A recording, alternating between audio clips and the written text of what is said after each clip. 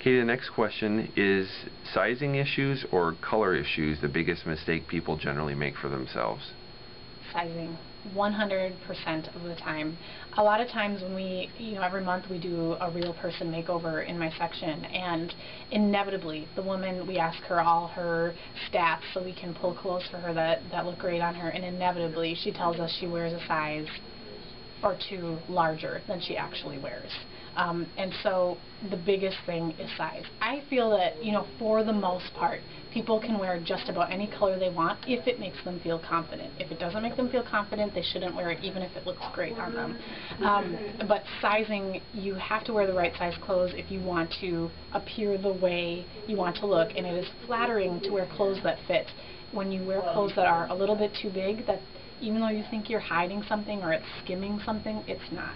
So wearing structured clothes that fit you well, they don't have to be skin tight, is the best way to look your best, and is definitely the biggest fashion miscue, I think.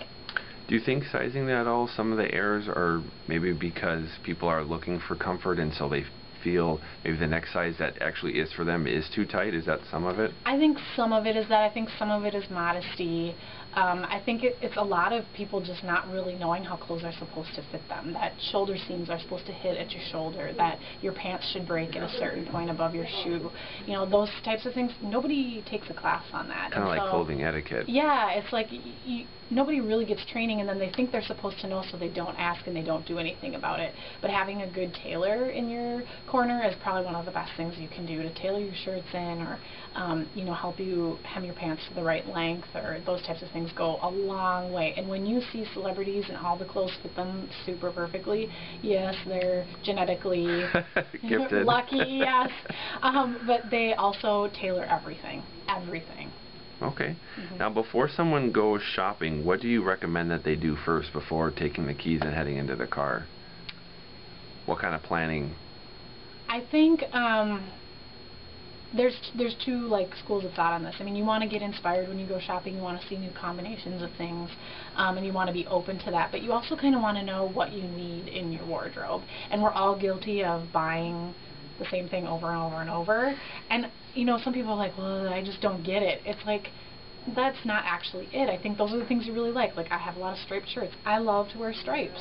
But then you have to think about, okay, I have all these striped shirts. How can I pair them differently? Can I wear them with a skirt? Can I wear them with another print? Can I wear them with a solid?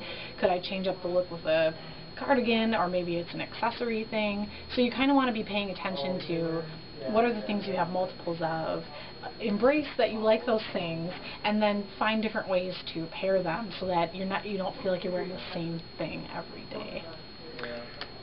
Any stores, for this being the year 2012, any stores or boutiques that you're excited about opening this year, either that have opened already or about in the upcoming months that you're excited about coming?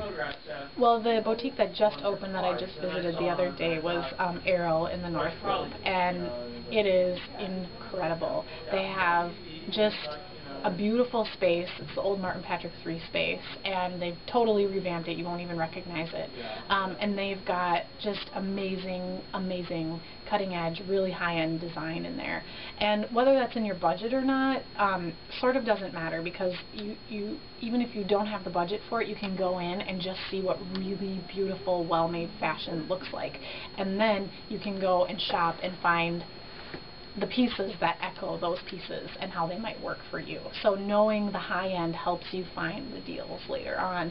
But I highly encourage everybody to stop in there and shop. And I know I have my eye on a Surface to Air black leather motorcycle jacket, and it was a collaboration between Surface to Air and Kim Sounds Gordon. like a weapon. I know, right? and Kim Gordon of Sonic Youth, and those were it was like, I saw that and I almost died of happiness. So I want to get your take too, Katie, on consignment and secondhand stores. Can those be good options for people in general? Absolutely. We have great consignment in this town, and I buy consignment all the time.